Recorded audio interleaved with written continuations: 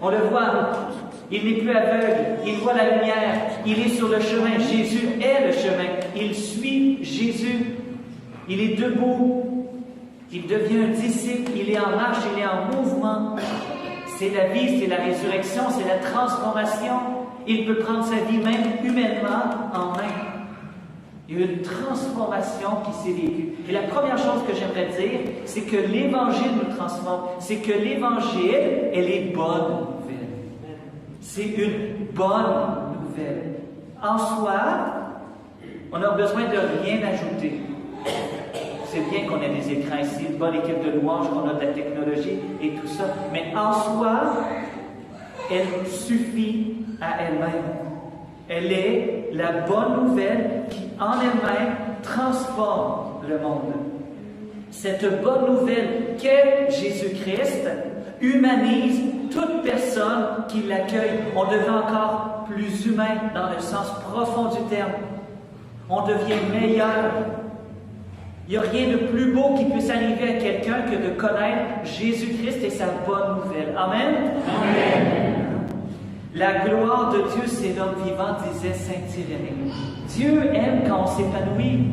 Quand tu vis quelque chose de beau, Dieu se réjouit avec toi. Des fois, on a des pensées, hein? On peut avoir ces pensées-là, je vis quelque chose de beau, et on ne comprend pas à quel point Dieu se réjouit que ses enfants, ses fils et ses filles soient heureux et heureuses.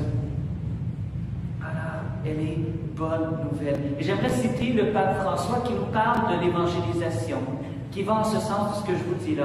Hein?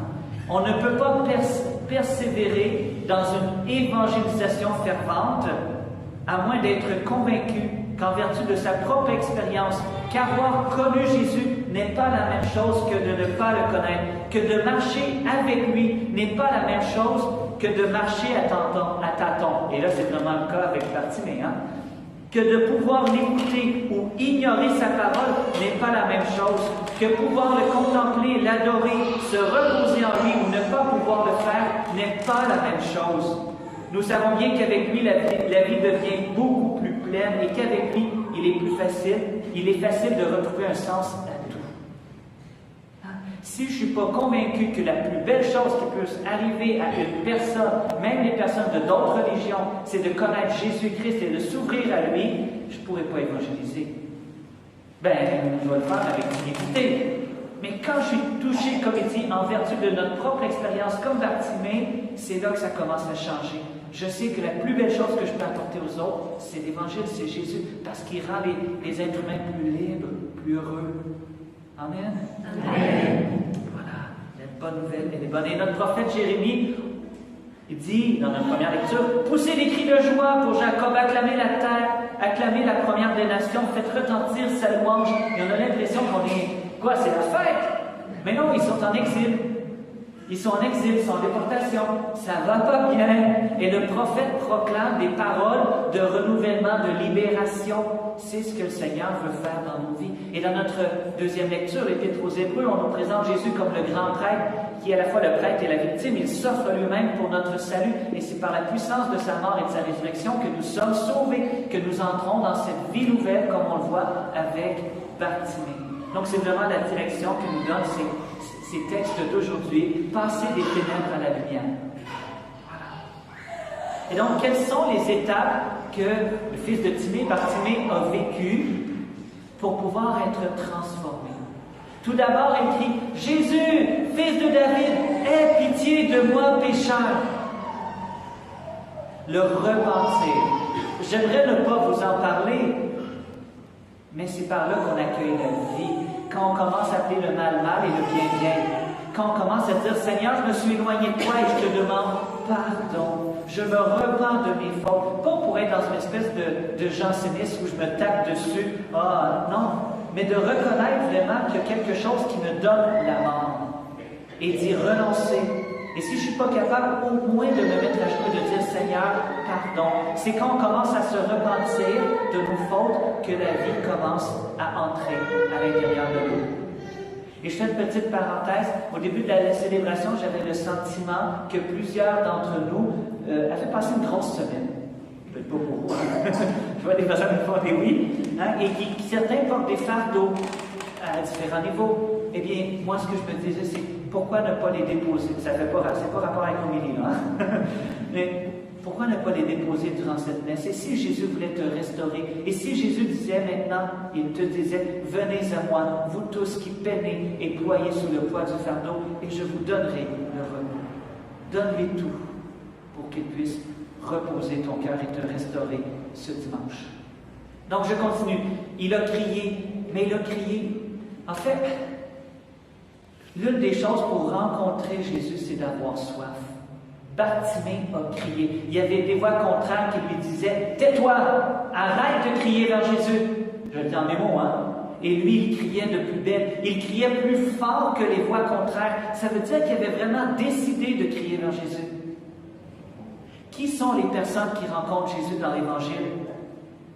C'est ceux qui crient sous la base d'une question existentielle de vie ou de mort. C'est l'insistance de la veuve, c'est la soif de vérité de Nicodème, c'est la foi du centurion, le cri de la veuve de Naïm, le repentir sincère du pécheur, le désir de santé du lépreux, le désir de lumière de Bartimée.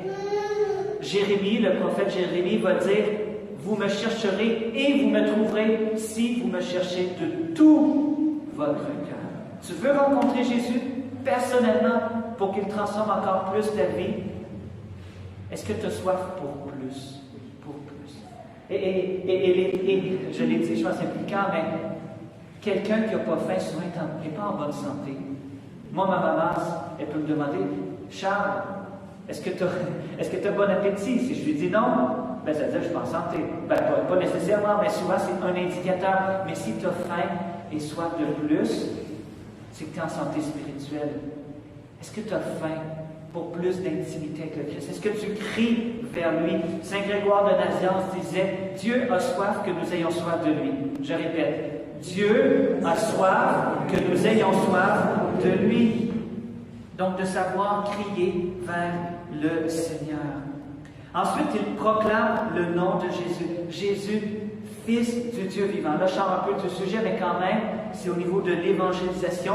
Il n'y a aucun nom sous le ciel qui soit donné aux hommes que le nom de Jésus pour être sauvé, nous dit les Actes des Apôtres. Il crie le nom de Jésus. C'est une petite parenthèse, mais moi, est-ce que j'ose dire le nom de Jésus? Donc, ensuite, pour rencontrer Jésus, pour aller vers lui, il quitte son manteau. Je ne sais pas si vous avez ça ici. Nous, on a des pantoufles au Québec. Vous avez ça? C'est tricoté à la main, c'est chaud. Et là, quand tu vas dans ton divan L-rang, vous savez ça, L-rang, les gros divans bien confortables, les trous très très mous, là. Hein? On est assis là-dedans, et là, on a nos pantoufles. Hein? Lui, il avait son manteau. Et des fois, il y a certains conforts ou certaines choses qui nous empêchent de mettre Jésus au centre, qui nous empêchent de nous lever pour suivre radicalement, dans le beau sens du terme radical, dans le sens de suivre vraiment Jésus. Il y a des choses qui nous empêchent de le suivre. Il y a des manteaux, des attaches, des peurs, des sécurités, des manques de désir pour vraiment le suivre. On va prendre un temps de silence maintenant. On va fermer nos yeux. Et je crois que Jésus va te parler maintenant. Là, je regarde ma montre. Et on va poser la question à Jésus. Je t'invite à écouter ce que Jésus va mettre dans ton cœur. Seigneur Jésus, vous pouvez répéter après moi. Seigneur Jésus, qu'est-ce qui m'empêche de te mettre au centre et de te suivre? Et maintenant, je t'invite à écouter ce que Jésus va mettre dans ton cœur maintenant.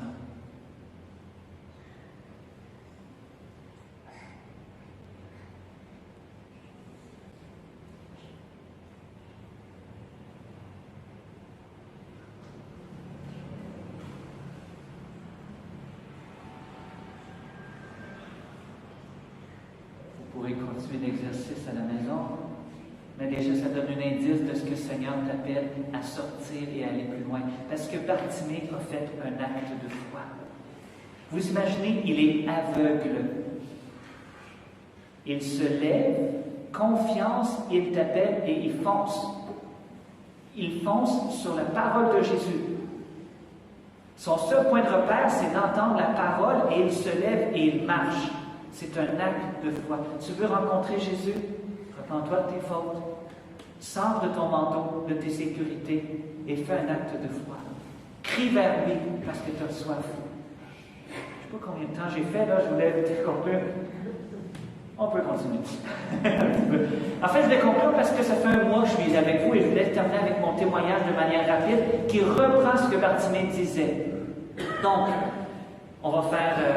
moi, bon, vous l'avez déjà dit, j'ai juste connu mon père, j'ai connu ma mère, je n'ai pas connu mon père, je suis seul avec ma maman. OK? Et à 13 ans, les grandes questions existentielles sortent dans la vie des jeunes. Hein? Et là, c'était, c'est quoi le sens de la vie? Métro, boulot, dodo, ça ne m'intéressait pas. Moi, je ne connaissais pas mon père. D'où est-ce que je viens? Donc, vers où est-ce que je vais? Et je suis qui? Et donc, vu que je n'étais pas intéressé par métro, boulot, dodo et que mon ami vendait du hashish, j'ai été vers cette voie. Et de 13 ans jusqu'à 19 ans, ça a été la drogue, l'alcool, la fête, les drogues dures même, les rave parties, les boîtes de nuit, la délinquance, le vol et toutes ces choses-là. Et ça a été comme ça de 13 ans jusqu'à 19 ans. Mais j'étais mal dans ma peau. J'avais un beau sourire à l'extérieur. Je faisais la fête et je rassemblais mes amis.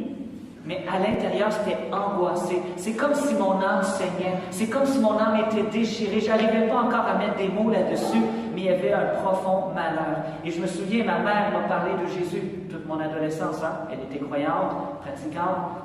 Et je m'en souviens un matin, après avoir fait la fête avec mes amis toute la nuit, j'étais près dans la nature, près de chez moi, et j'ai crié « Dieu, si tu existes, montre-le-moi » Et je n'ai pas dit, c'était pas un petit cri, là, c'était vrai. J'ai crié physiquement, comme Bartimée, « Jésus, fils de David, aie pitié de moi » J'ai crié, j'ai manifesté mon désir. J'avais essayé plusieurs manières de m'en sortir, et la seule porte qui me restait, c'est Jésus. Et quelques jours, tout d'abord, Bartimée a crié comme j'ai crié, et j'ai eu le désir. Et en même temps, à cette même période, je me souviens que je pleurais parce que je disais, Seigneur, il me semble que j'étais à côté de la flaque et j'ai fait du mal que j'aurais aimé ne pas avoir fait. Et j'ai pleuré mes péchés aussi. Je me suis repenti. Ensuite, des jeunes protestants dans un parc faisaient de l'évangélisation de rue. Si vous sortez pour évangéliser, ça peut faire un prêtre un jour, vous ne savez pas, hein? Je suis prêtre à cause des pentecôtistes. Et donc, ils ont évangélisé. J'étais dans une soirée de musique rock chrétienne. Et là, le chanteur, en plein milieu de la soirée, dit « Ceux qui veulent accepter Jésus comme Seigneur et Sauveur de leur vie, venez à l'avant. » Je suis avancé. J'ai fait mon acte de foi comme Bartimée. J'ai dit mon oui. Je n'avais pas encore rencontré Jésus, mais j'ai dit « Je t'ouvre la porte de ma vie. Je pose un acte de foi. » Je n'avais pas encore quitté mon manteau et mes mauvaises habitudes. Et un peu plus tard, devant le Saint-Sacrement, avec un ami prêtre, qui est devenu mon ami, je me suis mis à genoux et j'ai pleuré. J'ai pleuré. Jésus m'aime. Je faisais l'expérience d'être pardonné, aimé, plus que... Excusez-moi, ça c'est pas une... Je disais toutes mes conneries que j'avais faites. Tout ce cas-là, c'était vraiment des choses loin de Dieu. Et je me suis senti pardonné, aimé.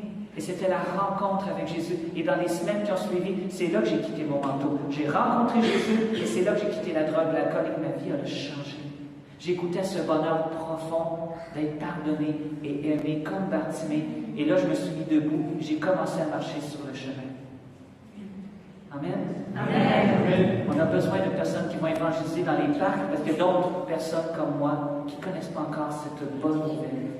Seigneur, je te prie pour mes frères et sœurs, pour qu'ils puissent faire cette rencontre personnelle avec toi et qu'en ce dimanche de la mission, ils puissent être renouvelés dans ce feu missionnaire. Amen.